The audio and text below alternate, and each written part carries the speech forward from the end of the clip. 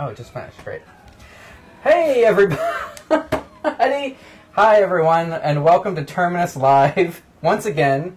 As always, I'm Corey Domino, and with me I have Brian Lonano. I was going to say Corey Domino. So, Brian, do you want to introduce yourself and tell us a bit about who you are and what you're doing here? Yeah, I am Brian Lonano, and I'm a filmmaker here in Atlanta, Georgia. And I'm here because Corey invited me to play video games and talk to you guys about what I do, which is filmmaking. That's true. So do you want to start out, I guess, talking about why you even got into filmmaking in the first place? Like what inspired you in the first place? What inspired me? So when I was 5, I sort of had thoughts already about what I wanted to do. When I was in kindergarten, I wanted to be a stand-up comedian. Nice. And I'm glad I didn't go with that route, because I feel like I wouldn't have been able to handle the heckling of open mic nights and all that. Right. The next choice... Say funnier things! Yeah, I love that. I love that kind of feedback. It's very constructive. This setup's going too long! Yeah, exactly, like my intro. I'm being heckled off the stream. The next thing I wanted to be was a puppeteer, because I was a big fan of Jim Henson. And when I have like certain interests on things, I kind of fixate on them for a long, long while. And stuff I do still has like puppets incorporated into it, but I'm not a full-on like puppeteer. I'm not like one of those full-on puppet people, because Atlanta has a lot of those full-on puppet people. We had a couple full-on puppet people on the stream. Full-on felt puppet people with their yarn hair and their googly eyes. Gremlins 2 was another like big influential movie about like puppets are cool, like and you know the idea of animatronics and things like that. Oh, we're racing. Oh, that's part of the stream. We got to do both. I got to talk and race at the same time. I can't even talk and drive. It wasn't until I was about 10 when I said, I love filmmaking, and that's what I want to be. I want to be a movie director. So in my yearbook in the 5th grade, which I don't have anymore, it said I wanted to be a movie director. And I'm very happy that I fulfilled that wish. I'm not a film director professionally yet. There's still hope. But I still make movies as I have my day job, which is actually in the film industry. I work in a weird little section between production and post-production called dailies. So that's what I do for my job, and then what I take with my winnings from work is I make films. And sounds like you gamble. It's always a gamble. Yep. 23 on red. Daily. Yep. So yeah, that's a little nugget of information about me. I was thinking about this recently, actually. Like, what are the films that really like solidified that I wanted to be a filmmaker, and what like were definitely influential, and definitely a lot of things I watched in the '80s that I saw in the theaters when I was a kid that I probably shouldn't have seen in the theaters when I was a kid, but I can thank my mom and dad for that.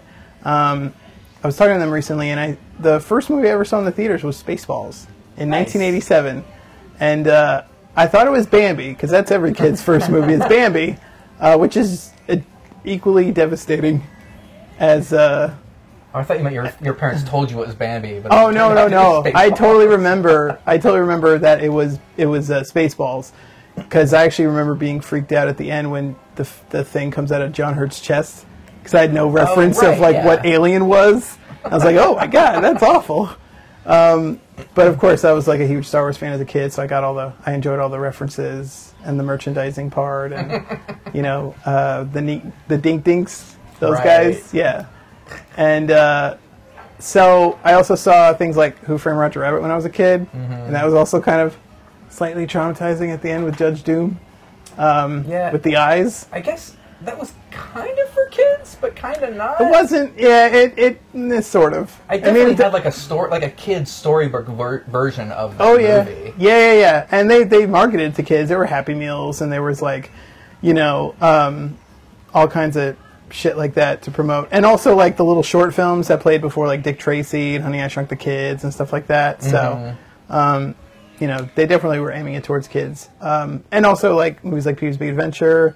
The first movie I realized that I started to pick up on, like, what puts a, like, what are the pieces of a movie, like something before the credits, and then, like, structure or, like, weird little, like, dialogue beats that would, like, be a good transition to the next scene. The first movie was Batman Returns. That was the first one I started to sort of realize, like, about what the construction of a movie is and stuff like that. But the movie that firmed it up was like, yes, I want to make films, was Jurassic Park. Nice. Seeing that on the big screen when I was 10 was definitely a game changer. And it was because of that movie that I sort of became a nut for special effects, and I got super into, like, reading about Industrial Light and Magic, and read a lot of film books. And my parents were very supportive, and, you know, bought me all the little kid-themed books about filmmaking and stuff, and took me to a museum in Queens, New York called the Museum of the Moving Image. I'm from New York originally. I was born and raised there, and we moved to Atlanta like a couple of years ago. Yeah, they just were terrific in supporting my interests with film. But I actually didn't have a camera until I was in high school. So in the meantime, I was making, like, flip books and taking pictures and drawing and things like that. You know, finding any kind of way to be creative without necessarily having a full-on camera. But, you know, when you want to be creative, you persevere and find a way. If you're creative, you'll be creative on whatever medium you find. So what was your question? Who are you and what are you doing? Oh, yeah. Oh, that's right. I'm Brian Lonano, and I'm here because Corey Domino invited me. No, that's great. That's a great answer to that question. Cool. I guess I didn't know you hadn't been in Atlanta that long. You must have met Rachel, like, right away, actually. Yes, I met Rachel right away because I was invited my girlfriend, for viewers. Yes, super talented Rachel Diorio Stay. She's made a few prizes. Too heavy.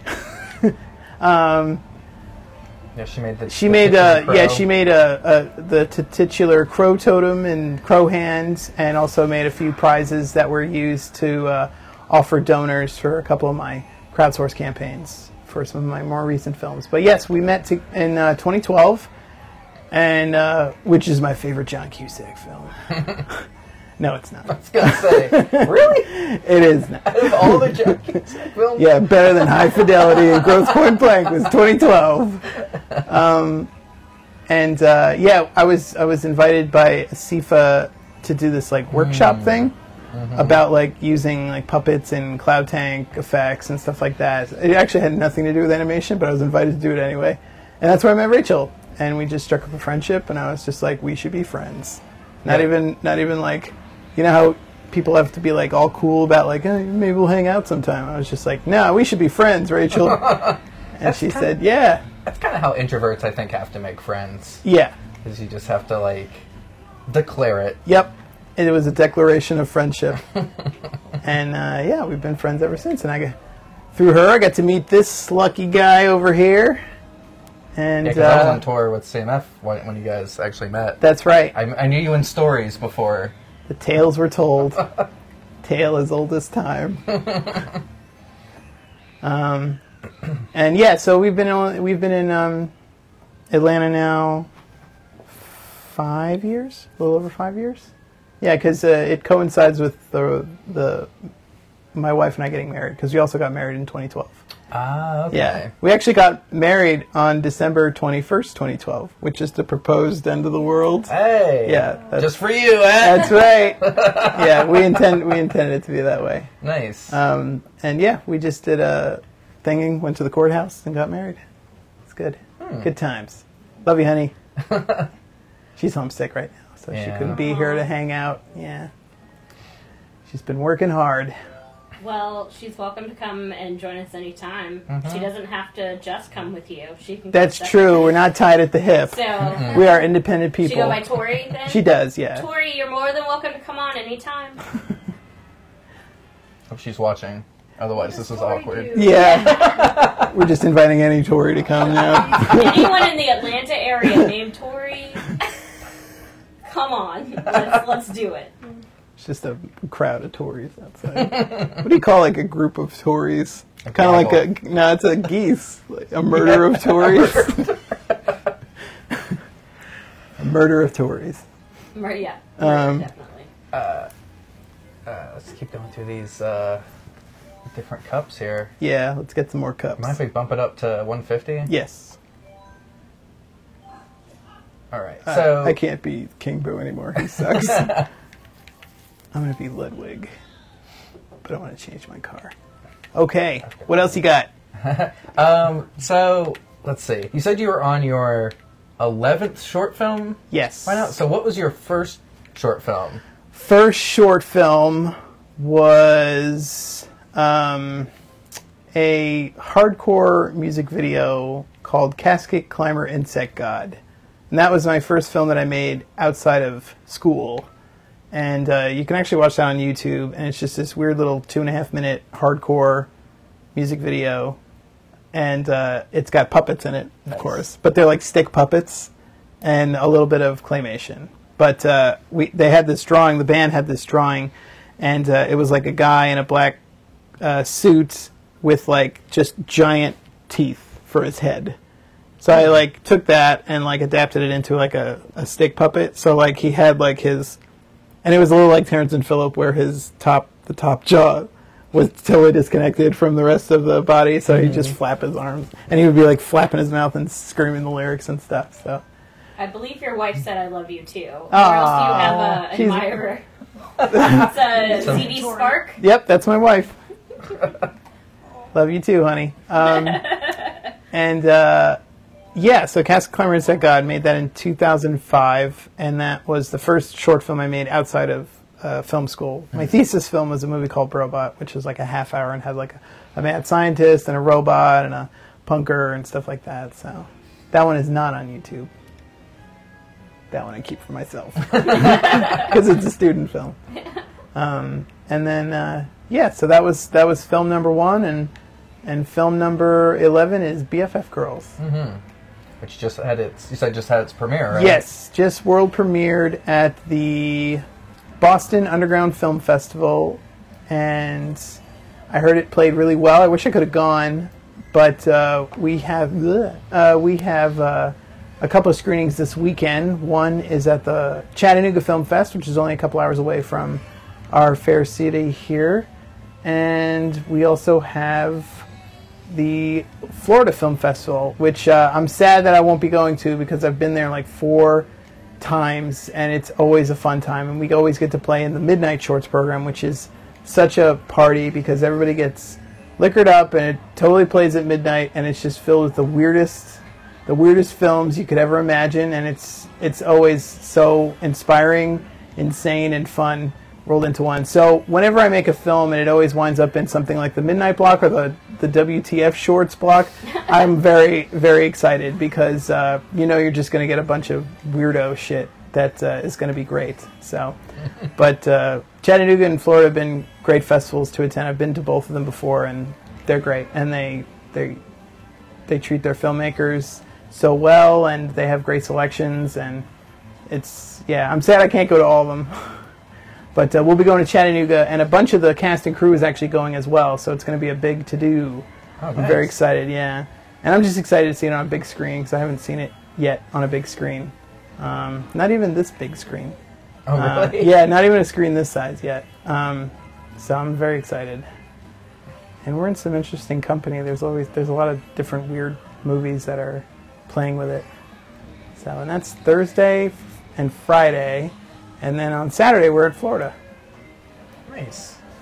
And then the weekend after that, we're in Florida again and Seattle for the Bone Bat Comedy of Horrors Film Fest, which is a lot of comedy and horror, in case you didn't know.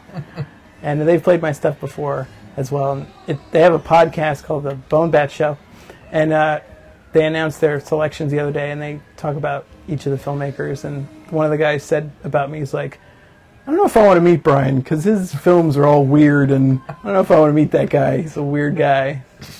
I'm like, you're weird. You're probably the most normal of the weird filmmakers that I know, though. That's how you That's how you get them. Yeah. You got to be normal. Normcore, isn't that a thing? Normcore. Gonna It is out-norm now. you. Yeah. Like, yeah, I don't know. I'm not like, what's his name, Buffalo Bill or anything like that. You know, Yeah. putting on a human suit and dancing with my wiener tucked in. Well, not Yes, yet. I sing Goodbye Horses, but not like that. Well, I think one of the hallmarks of your films, if this isn't an insult, is that they're mostly low budget. Yes. Do you have any, I guess, tips or advice for filmmakers who want to kind of stay low budget? Like what to actually look out for, or what things maybe that you should spend money on, what things you maybe don't need to spend as much money on, or just what your experience has been so far with that. So your question is low budget filmmaking advice. So Yeah, okay. sorry. No. I'm a terrible interviewer. No, I'm watching this Venus plant like bite Give you people. this show, Corey. I just start doing it, and people Oh yeah, start that's right. just like you are doing a show. I want a show. So the first thing is to be prepared on set. You know, have a plan. I storyboard my films. I create shooting schedules. I do all that stuff. You know, your storyboards do not have to be immaculate. They don't have to look like, you know, Disney storyboards that look like keyframes of like great animation. You know, it doesn't have to look like that. It could be stick figures. Just as long as you convey what you want and it's clear to the DP, you know, you'll develop your own shorthand with them if you continue to collaborate with them. And the other bit of advice is like manage your expectations. So if, let's say, the short I did, Crowhand, only cost a couple $100 and we shot it on a DSLR camera. So I was prepared to know that like my film is not going to look like it was shot on the Red. It's going to look like a little bit rougher, you know. And obviously if you're doing a horror film or you're doing a film with a monster in it, you'll want to put a lot of the money towards the monster.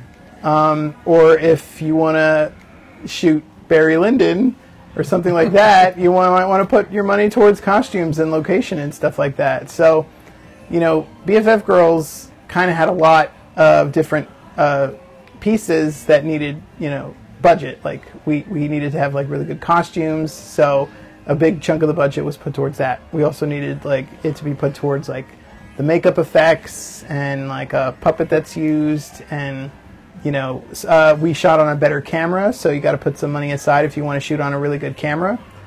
And some places, some companies will work with you. You know, they're not all going to turn you at the door just because, you know, you're a pauper filmmaker or something like that.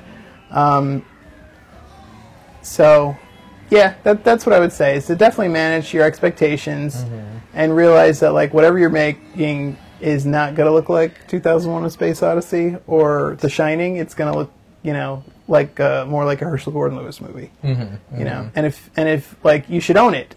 You know, don't go in wanting to make like this very like high production value thing if you're going to shoot it on a GoPro or an iPhone or something like that. Like, own the lo-fi aesthetic that you're gonna, you know, likely have with your film. You know. Yeah, one of my favorite Q&A moments was, I think it was at the Plaza in Atlanta, and they were going down the line of filmmakers asking what the budget was. Yeah. It was like... This is when Crowhand played? Yeah, Crowhand. Yeah. Yeah, and it was like, $2,000, $8,000. Like, one girl was like, her graduate thesis was like $50,000. Yeah. And then you're like, $500. Like, it was Price is Right. Yeah, $501. Yep, come on down. I mean, yeah, like, if you're going to have a $50,000 budget film, it better look... you better have the $50,000 all over that screen, you know?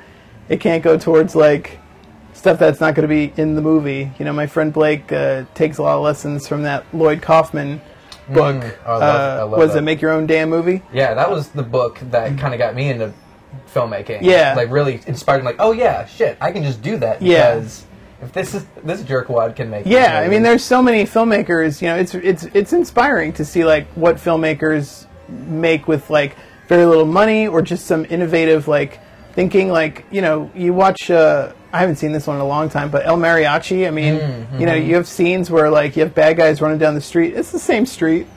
You know, they just use the same two streets to have bad guys run down. You know, and you just sort of like do what you can to be inventive. I think it allows for a lot of creativity to be a lower budget film because it forces you to think on your feet and come up with something that could ultimately be way more interesting to watch than if you had all the money in the world, you know. And it feels like that. It tends to be like when you see low budget filmmakers get more success and they get more of a budget.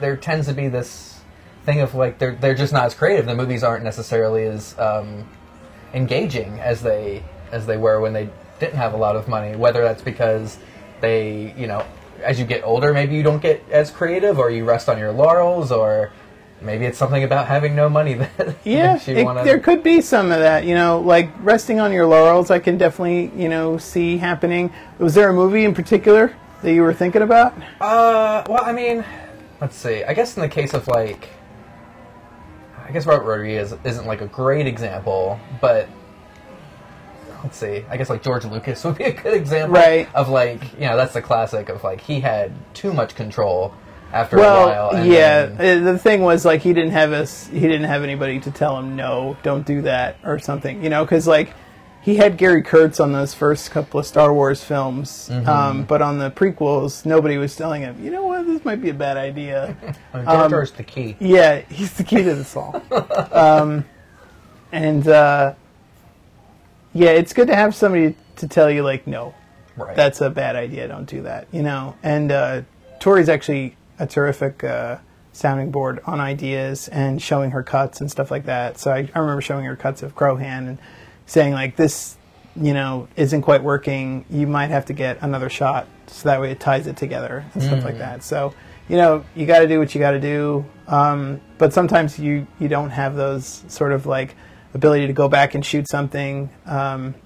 So that's when some creativity comes in the editing too, you know? Right, that's when you start getting off-screen ADR lines. Yep, like, oh my god, look at that horrible battle.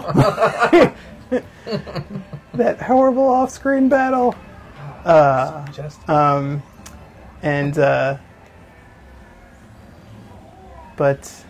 I don't know. It's interesting. There's like so many great, exciting first features that people do, and they either just kind of go downhill real fast, or they don't make anything anymore. That's why I was kind of nervous when Jordan Peele was getting so many accolades for Get Out. I mean, I'm not saying Get Out's a bad movie, because it's not. It's actually really good, and I actually had the pleasure of working on that film. I was the daily supervisor on it. Ooh. My name's in the credits. Nice. And that is actually the first professional credit I've ever received in my years of working in the industry. Nice. That's the first movie I ever got a credit on. You should be getting some of that Oscar soon. Yeah. I expect him to shave off a little bit of that gold and send it my way. So you can get him to be on the show, right? You can just right? Yeah. I think his fake Twitter handle follows me, so I'll get in touch with them. Yeah, I'm sure they'll know how to get in touch with them directly. They know. I guess another director I was thinking of, the guy who did Donnie Darko. I feel like he didn't do anything else. Yeah, so that guy, I was just watching it's playing at the Plaza right now because they just did a 4K restoration of it through a company called Arrow Films. And my brother and I just saw it at the Plaza, and I forgot how awesome that film is. Like, I mean, I never thought it was bad. I never was like, I'm not into this because everybody else is into it. It was, you know, I thought it was great. And I'm actually in the minority of people who like Southland Tales. I love Southland Tales. It's such a mess. Right. But I love it. Yeah, you either have to be into the mess or you're just not going to like the movie. So he definitely sort of falls into that weird sort of like filmmaker that has like a success and they get carte blanche. And then they kind of like go mad with power. So like people think of like, what's his name? Michael Cimino, who did The Deer Hunter, and then he made Heaven's Gate. And that was like, you know, people were like, he's mad. He's making this really boring, long movie. And production went out of control and stuff like that. I guess you could say to a degree Apocalypse Now with Coppola, but like that was actually successful. Right. Though Hearts of Darkness is arguably better than Apocalypse Now. That's a documentary. Yeah, yeah. And then you also have like filmmakers like Richard Kelly. You have Nicholas Winding Refn, who like I love his films because they're so ridiculous. Like they're so like divisive, and I love that. I love how divisive his movies are, and it made me think of when he made Drive, and that was really successful. Mm-hmm. And then he did Only God Forgives, and everybody hated Only God Forgives. But I liked Only God Forgives because it was so divisive. Mm-hmm. And people felt the same way about The Neon Demon. And then the other filmmaker I was thinking of, I actually think about all these filmmakers when I make my next film. You know, when I finished Crowhand, and Crowhand did really well, I was thinking about all those people and what they did. And you know, and kept that in the back of my head when I was working on Gwilliam. And then same with Gwilliam, because Gwilliam was also a success. It was kind of like nerve-wracking to have Crowhand and Gwilliam be both like back-to-back hits on the circuit, and people like really gravitating towards them. And they both played at South by Southwest. My voice is getting very grating. Oh, yeah. Sorry. No, it's getting gravelly. So yeah, I think about like Nicholas Winding Refn. I think about Barry Levinson because you know, he made Rain Man, and he did like Bugsy, and he did all these films, and they did this train wreck of a movie called Toys. You remember Toys with Robin Williams? Yeah, that's movie. One I probably saw too young. Yeah, I saw that too young too because it was called Toys, and then like all of a sudden like Robin Wright's getting naked, and you're hearing moaning, and there's like lots of inappropriate humor that Robin Williams is doing, and I was like, it's Toys. It's for kids. I can think of two things wrong with that title. What kind of car do you have? I'm gonna copy your car because you're winning. I have the Blue Falcon. Oh, okay. So that's the same, and then the wheels. On the bus? Cyber Slick. The Slick and the Cyber Slick are the same. Okay. Basically. I'm gonna go with Slick then, but I'm gonna keep my rainbow parachute. Yeah, and the parachutes don't really affect that much. It's just the style. Right. Star Cup. And then so Toys is like a total train wreck, and apparently that's the first movie he ever wanted to make was Toys, and it was like a script 11 years in the making. But when you watch the movie, it doesn't feel like that script took 11 years to make because they like rush it at the end, you know, and it's a mess. It's a total mess. And then the other movie I think of is this one might be a little more obscure for people. It's called Zardoz. Oh, that's got a bit of a cult. It does, yeah. And it's from a guy named John Borman who did like Deliverance, which was shot here in Georgia. He's a Brit, and he made this sci-fi movie called Zardoz in the 70s, and he went to make that instead of like the Lord of the Rings, I guess, because he was up for making that film. And he was also the animated Lord of the Rings. No, like he was going to do a live action Lord of the Rings. Oh. But instead, like he wound up doing Excalibur later, that movie Excalibur. But Zardoz, I love Zardoz and I hate Zardoz. There's a lot of movies that I love and hate. But I mean, I'm a complicated guy. But like, don't you want to like have a movie that people either love or hate? Like, it'd be terrible to have a movie that's just like, eh. Well, yeah, that's actually what I always tell people about your movies, is that whether you love it or hate it, you won't forget. That's true. Your movies. Yeah, especially William. Oh, yeah. Especially. Yeah, so I definitely like that sort of came into my mind like around my 7th film was like, you know, doing Crowhand and taking a risk and doing something weird and goofy. I was like, because I was making films that I thought were like gonna like, you know, take me places or whatever, you know, like not to sound like disenchanted or anything like that, but it was like I was making a couple of my films I made were like a little bit for the wrong reasons. Like I thought like, oh, this is going to get me into that festival and then they'll love me, you know, but once I gave that up and I just started to make films that I wanted to see and that like I thought were going to be funny, then they started becoming successful. And that's a lesson. Yeah. So just make the film that you want to make, and the rest will fall into place, and you'll find your audience. I was going somewhere with this, and I totally forgot. Where was I going with this, Corey? Help me out here. I need like a phone a friend or something.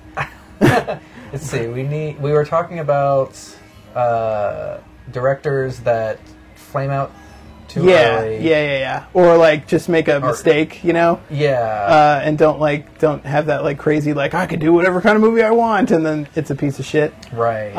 But I don't know. Yeah, I guess what I'm saying is kind of conflicting. So I'm like, make the film you want to make, but also like you got to be careful and make sure like whatever you want to make is going to be good. Which is where like friends and feedback come in. Yeah, you know? I think there's a difference between making the movie you want to make and making the movie that only you want to make. Yes, there's definitely some films out there that people are like, I'm the only person who should watch this film. This is made for me. Yeah. Oh my god. I'm so distracted by the game that I lost my train of thought. No, that's the fun. That's the fun of this podcast. But yeah, I gave up on caring about like making a film, thinking other people were gonna making something that I thought people were gonna like, right? And just made something that I wanted to see, and then that all worked out, you know, because like Crohan got into South by Southwest, and William got into South by Southwest and Slam Dance, and like we won an award there. And yeah, they just did really well. But after those two, I got super nervous about the next thing. So I was like, I got to make sure like I'm not making myself a Toys or a Zardoz here, you know? Right. Because it's just as a strange concept as the other two movies. Anybody on the chat room see William or Crohan? How many people do we have watching right now? Is it just my wife? Or did she sign off too? We have 4 people. Oh, that's not bad. We got up to like 6 or 7. Oh, sweet. I made 3 leave. Your wife said she wants to see your toys. My toys? Oh, like my Barry Levinson movie? Well, it's going to be awful. There's going to be a lot of hoo-ha in it, though. Do you remember that? Do you remember that song in that movie? No. Who out there, including in this room, remembers the movie Toys that well? Because there is some ridiculous music by Hans Zimmer in it where like people go hoo-ha, hoo-ha. Oh my god. No, and it's like, yeah, you remember the hoo-has, yeah. No, I've never seen that. But you remember the hoo-has, though. Okay. Hoo-ha is a slang term for vagina, too. So just throwing that out there. Well, that's interesting that the movie's called Toys. They're saying hoo-ha, and hoo-ha means vagina. So really, oh man, it's about... It's the Sex and the City slang for vagina.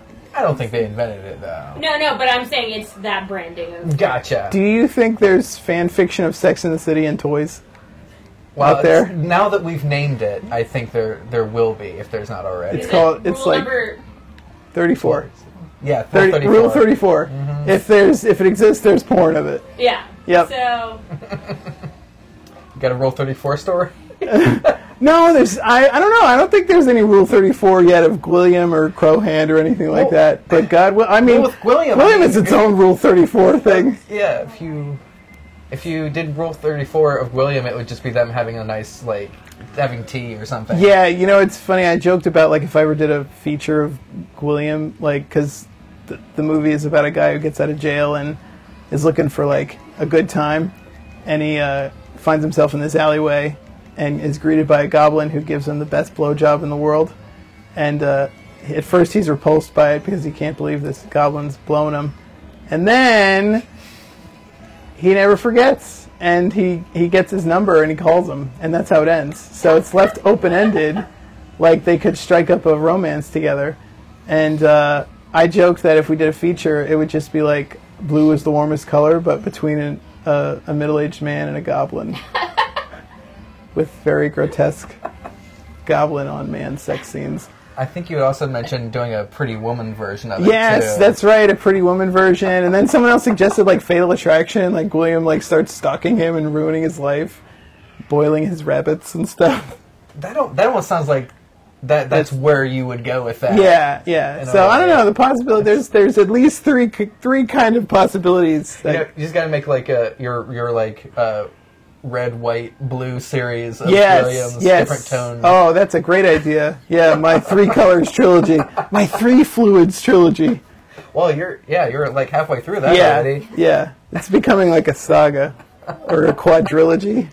Because the first one is like gore and stuff from Crowhand. Then there's semen in Gwilliam. Is Spoiler. semen. Yeah, spoiler. There's semen in it. And then So there's a bunch of Simulated. sailors. yeah, it's a doc movie. It's a longshoreman picture. And then this new one we have Period Blood. Yeah, which that's kind of a half though, Yeah, in a way. exactly. We do have a question. Oh, right. We have a question from Tyler Brown. He said, do you have a consistent DP, or do you switch off between camera operators that you trust? Oh man, that's a good question. That's a good question. So when I was in New York making films, my DP was Gary Powell, and Gary still joins us and is camera operator. I think he's a great camera operator. I absolutely trust him, and we've developed a shorthand over the years because we've been working together since like 2006. And I think he's upped everything except Crowhand. Crowhand was the one film he couldn't do because he was like unavailable and busy with something. So he came back and camera opt on Gwilliam and half of BFF Girls. The DP of my last 3 films is Josh Skursky, who's a super talented guy, and what he does with light is terrific. I mean, he made the alleyway scene look so beautiful in such a gross way, and he camera opt Crowhand because Crowhand was very lo-fi, like rough around the edges. We just shot on a DSLR, but when we did Gwilliam and BFF Girls, it was on higher end cameras. So yes, I have my 2 guys that are camera operators, and I love working with them both. And I'm kicking myself that I don't have an idea yet because I want to start working on something. I mean, I feel like the next step should be a feature, but developing a feature idea is kind of tough for me because every idea I have it's a short film. There's a lot of filmmakers out there who make films, and it's like, but I want to do features, but I'll make this short version of the feature and then like play it at fests and then get the feature made. But I don't have that. Like, I could like develop like Crowhand or Gwilliam or something like that into a feature, but like once I start thinking about it, like, do I have to explain where Gwilliam comes from or where the Crow Totem comes from? And I'm like, I don't want to. That removes the whole mystery of it, like it will not be as satisfying. Yeah, so I don't know. I'm struggling to figure out like what do I want to do next as far as like a feature, because the other thing is BFF Girls I feel has legs that could be a series.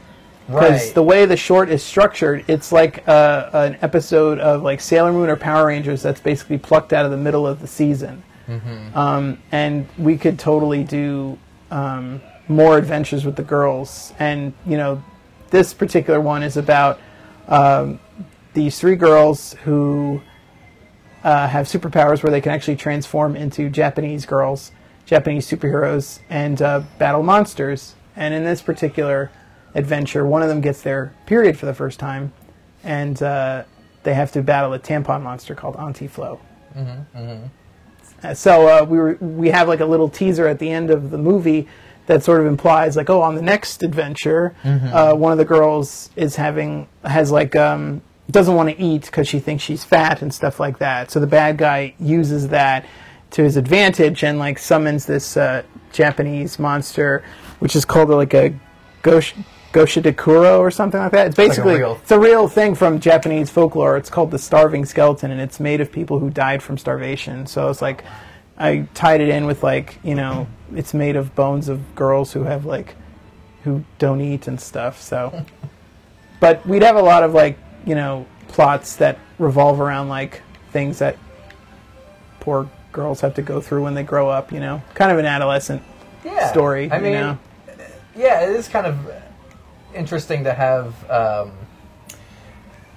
this really very silly series, but then you do kind of address. I mean, I feel like you do a good job of like explaining periods and like in a way that would be like a very special episode. Sure. Of a thing.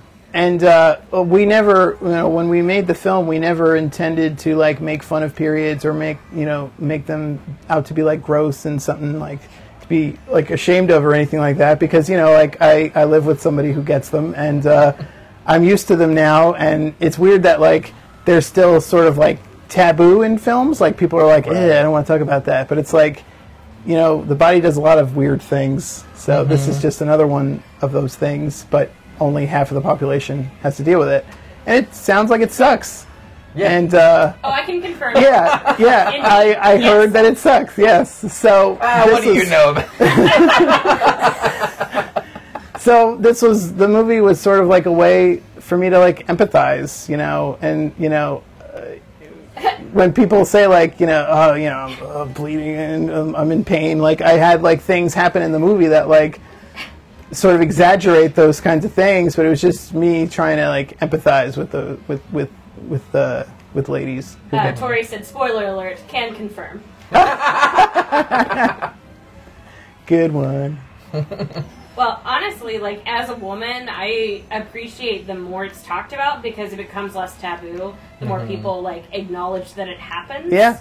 I'm still really confused as to why it's so taboo. Like, I don't know either. Like, but people talk about diarrhea all day long. Right, but, like, right. And honestly, like the reactions I got from some people watching William, watching William with an audience is a real treat because you have laughs, you have uncomfortable laughs, you have disgusted sounds, like people who are just grossed out because it gets kind of graphic. I don't show dick. I do have some taste, but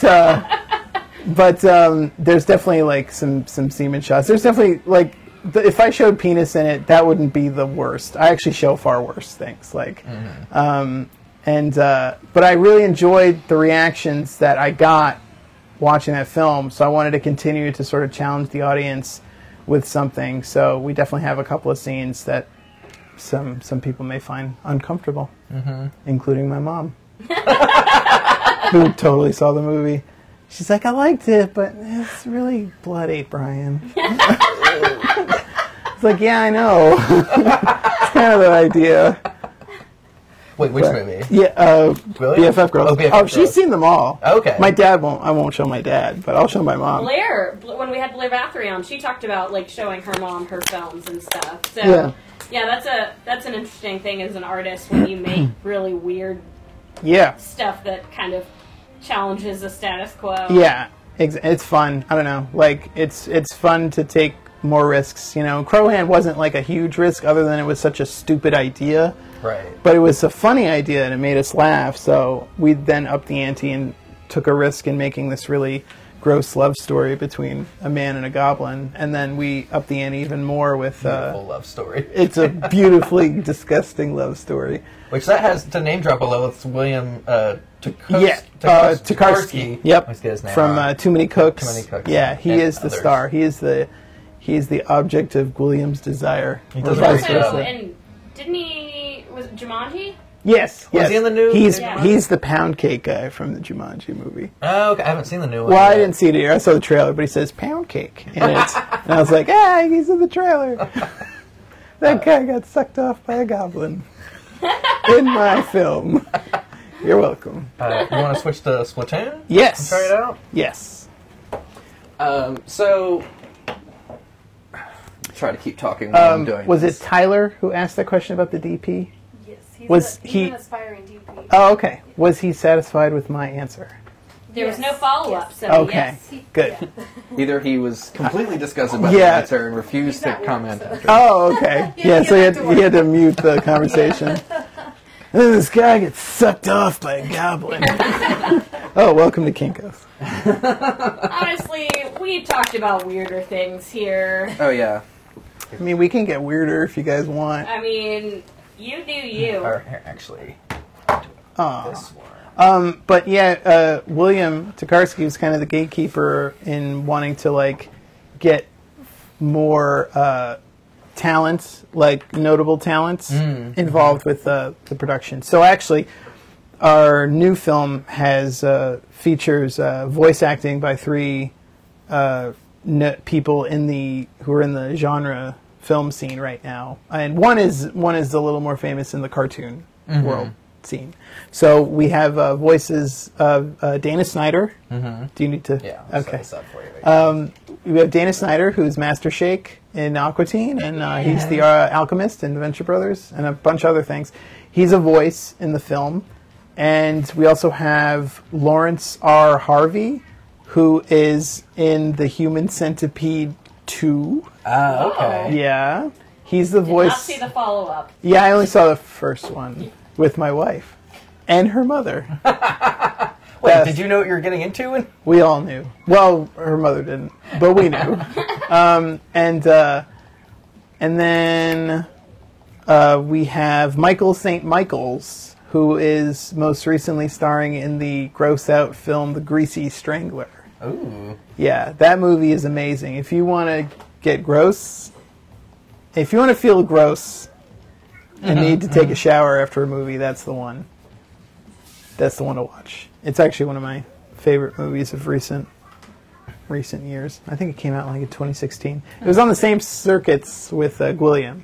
And finally, like, William opened for The Greasy Strangler at a festival in Saskatoon, Saskatchewan. Ooh. Yeah. Where somebody dressed up for Halloween as the main guy in Crowhand. He cosplayed as a character from my film. That's great. In Saskatoon, Saskatchewan. That's got to be like an amazing moment as a filmmaker. It is. It's so bizarre. And then the other awesome thing that happened, also in another country, was there's a band called Ginzu and the Steak Knives, and they're from New Zealand, and they made a song called Crowhand. What? And it's based off of my film. Oh, wow. Yeah, That's free. they sent me the record, so it's actually on YouTube. The song. Is it not up. 2-player? No, we'll have to switch off. Let's do a 2-player game. Oh, okay. Yeah, Let's I'm gonna this one. Okay. Let's do 2-player. Let's see, what do we could do... You ever played Rocket League? No. It's pretty fun. It's kind How of about like... Puyo Puyo Tetris? Oh, yeah, we can do that. Here. I like Tetris. I've just been trying to figure out this Puyo Puyo. It's, come on. There we go. It's like Dr. Mario, but Oh, okay. not. It's weird. No prescription. Yeah, no prescription. It's Over the counter. Puyos. Game uses autosave. What were we talking about? I was talking about the different actors that are in BFF Girls. Those are just the voice actors, but we have an awesome cast in our new film, and I'm actually grateful for anybody who wants to act in my films,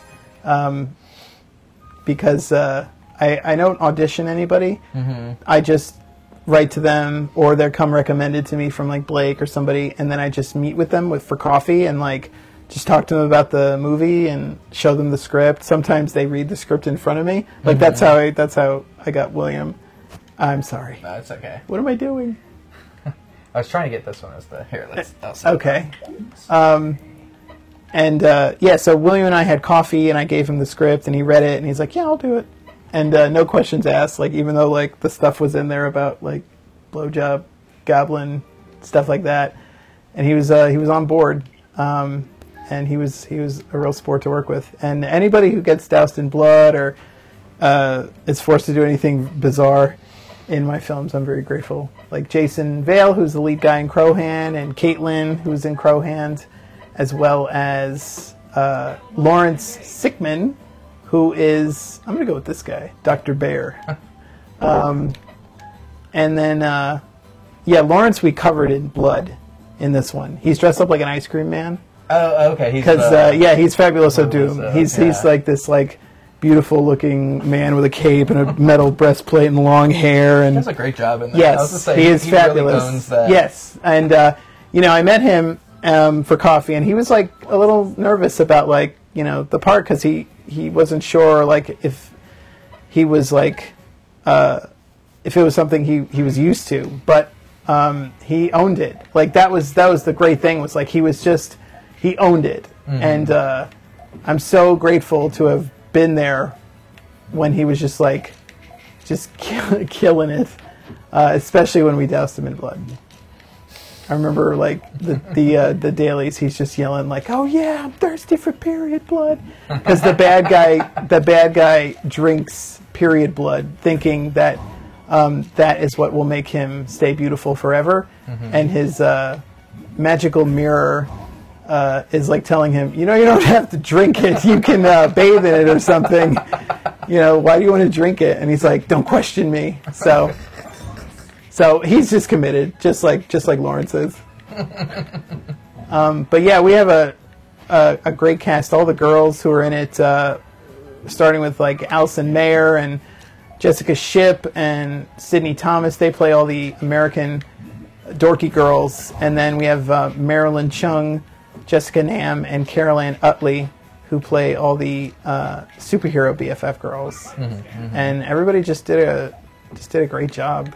And I'm very grateful that they all wanted to come on this period-filled journey with me.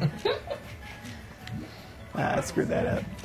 Yeah, that's all we want in life, is someone to come on our period-filled journeys with us. So periody. Tyler Ross said, "Oh my God, that was awesome! What you just said." You're welcome. Okay, lightning round. Ask me a bunch of questions now. Let's see, I do have a list I didn't even look at. How did you get your start in the industry?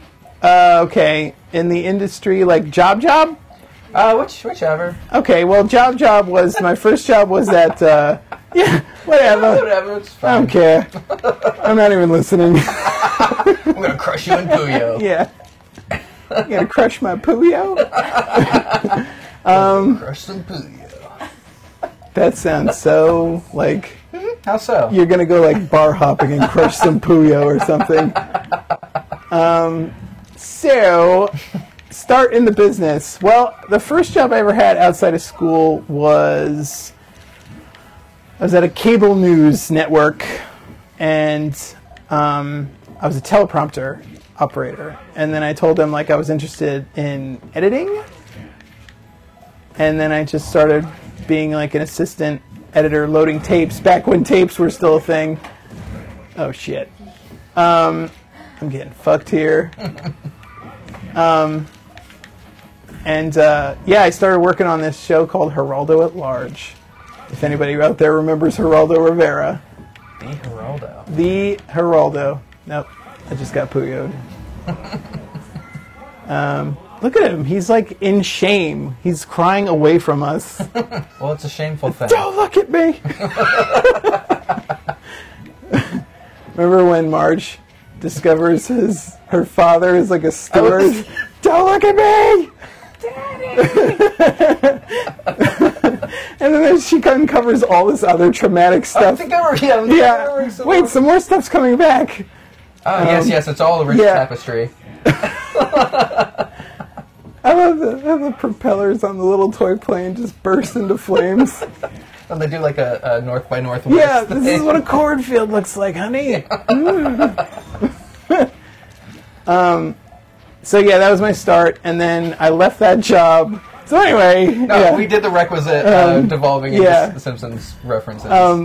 So after that, I got a job at a post house in New York called Postworks, and I was working overnights in their digital media department, and I sort of got my taste of actually working on TV shows and movies, and that was very exciting. And then my wife was working at an animation studio for a while, but her contract ran out, and she was looking for work and applied for a job at Turner and got the job.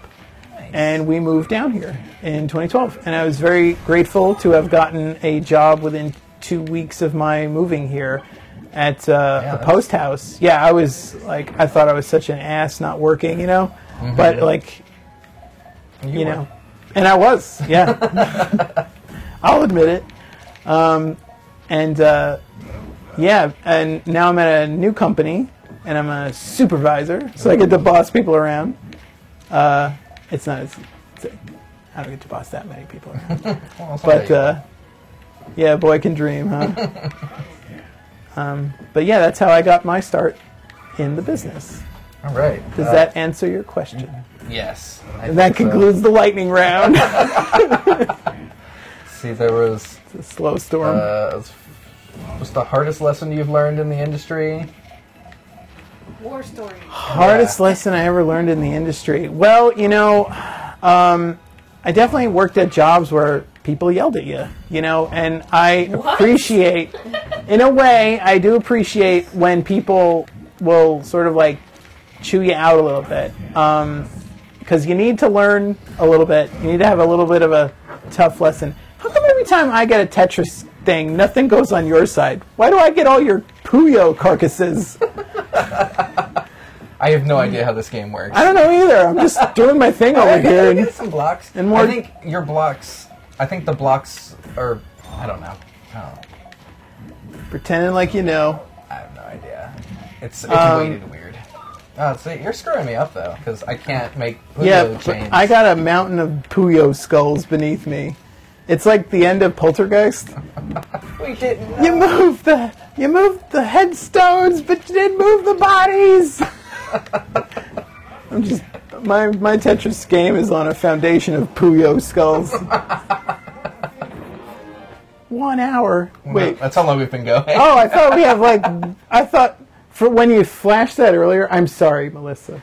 When you flashed that earlier, Pay no attention to the lady behind the curtain. I thought when you said 45 minutes, I thought that's how much we had left, and then it went an hour. I was like, we have added time? What kind of show is this? Did so well in the game, we get bonus time. Yeah, that's what happened. We'll do one more question, and then we'll wrap it up. We've been, okay. Yeah, we've been going for an hour. Time flies. When you're getting Puyo'd. I was getting Puyo'd something fierce. Well, let's do this one. What were your favorite games as a kid? Because we haven't really talked about video games much. Well, we were a Nintendo household, so it was always Nintendo games. Definitely loved Super Mario 1 and 3. Not so much 2. Though 2 was kind of fun because you could pick up and throw things, but I hated the way they ran. I was just like, why are you all slipping on butter? You know, like, they're just so slippery when they run. So, like that, but I was definitely into, like, arcade-type games. Not that I went to arcades, but just, like, arcade-type games, like Ninja Turtles. Oh, Ninja Turtles, yeah. 2, the arcade game. Like the beat-em-up kind of? Yes. And then, I'll tell you what game I hated for the Nintendo system was Bart versus the Space Mutants. Yeah, that was confusing. Yeah, like, wait in this one location until this time happens, and then Martin comes out so you can spray paint him. I was like, go fuck yourself, game. And then once we upgraded to Super Nintendo, I was into Turtles in Time. I was into Batman Returns. I liked Super Metroid, but I definitely sucked at it. And definitely got learning curve. Yeah, I got stumped so many times, and I also cheated because I had Game Genie. Nice. But then once we upgraded to like N64, like I liked Rogue Squadron, the Star Wars game. I liked Shadows of the Empire. Remember that one? I've got that still. Yeah. Oh, nice. I said Turtles in Time. What else did I like? Oh, let's move on to GameCube. GameCube was awesome because it had Super Smash Bros. Melee. It had Rogue Leader. It had Rogue Strike was like the third one I think in that series. Yeah, I don't think I ever played that one actually. That one was good because it had Rogue Leader as a co-op, and then also the actual other game. Let me switch back to the N64 real quick, because say what you will about the film, but I loved Episode 1 Racer. That was a lot of fun. I liked playing that game, and I bet everything on Sebulba, and I lost. I lost the Boonta Eve. Let's see, we have a Wii U now. I like games that are like multiplayer. My wife loves RPGs. Like, she could sit and do that shit for hours. But I love when we can Fuck this. You just got pooed. Yeah, I just got pooyoed. By a Tetris robot eating a Pooyoed my pants. We're going still. Okay. She was into Pikmin. She played Pikmin. Oh yeah, I love Pikmin. Yeah, it's weird. Sometimes I like watching her play than actually playing. And we played like Super Mario Brothers 3 together, Super Mario Worlds. We played Donkey Kong Country. If there's one game that I want to live in, it's Donkey Kong Country, because it just looks so like, I don't know, they all look like toys. So I was like really into the aesthetic of the game, and it sounds real stupid, but I love really colorful films and really colorful games and things like that. Like I promise I'm not an infant, but so if I dangled my keys, I would be so into that. Yeah, don't distract me. But yeah, I don't know. I really love like colorful imagery, and I was very happy with how BFF Girls turned out, because I thought it was definitely the most colorful film we've made. And Jeff did a terrific job with the visual effects, and Andrew did a great job color correcting. It's over, man. I can't compete with this Puyo. I was playing this with a friend of mine the other day, and he was doing Puyo, and it was over in like 30 seconds. Yeah. It's so broken. What's it? My wife loves playing Pokemon Puzzle League, which I think is just like Tetris Attack. And my brother's into Tetris Attack. Yeah, so can't. When I'm at I suck. Like, they wipe the floor with me whenever I play those games with them. It's like Puyo all over again. Mm-hmm. Just Puyo flashbacks. We can wind down from. Oh, okay. From gaming. Okay. Have brandy. Have a brandy now. Yeah, on our smoking. We shall retire to the post-gaming room. Yeah, that's a solid list of favorite games. Cool. Like I'm glad you like. I'm glad you approve. Cool. Well, so before we go, I need to plug a few things. We're partnered with Thea. It's a video platform based in Atlanta. You can find this show every Wednesday. We upload it after today. We'll upload it tomorrow, and you can find it on there. Go to thea.network and find us every Wednesday. It's a great platform. Also, I will plug Terminus, the actual conference. It is June 15th through the 16th. 17th. Ah, dang it! It's written right there, and I still missed it. June 15th through the 17th. Submissions for games are still open.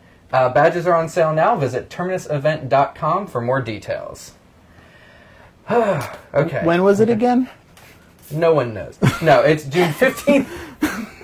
15th through the 17th, 15th through the 17th, 15th through the 17th of the month of June. He only reads it off a card every week. I know, and I still mess it up. Do Anyway. you ever say accidentally that it's over? Thea just missed it. Terminus just finished. We're going to post Terminus on Thea. The whole conference. The whole the conference. whole 3-day conference. Oh, on there. Themis. Start mixing them. Thermius. Thermos. Thermos Festival. That's my product that I'm plugging. Thermos.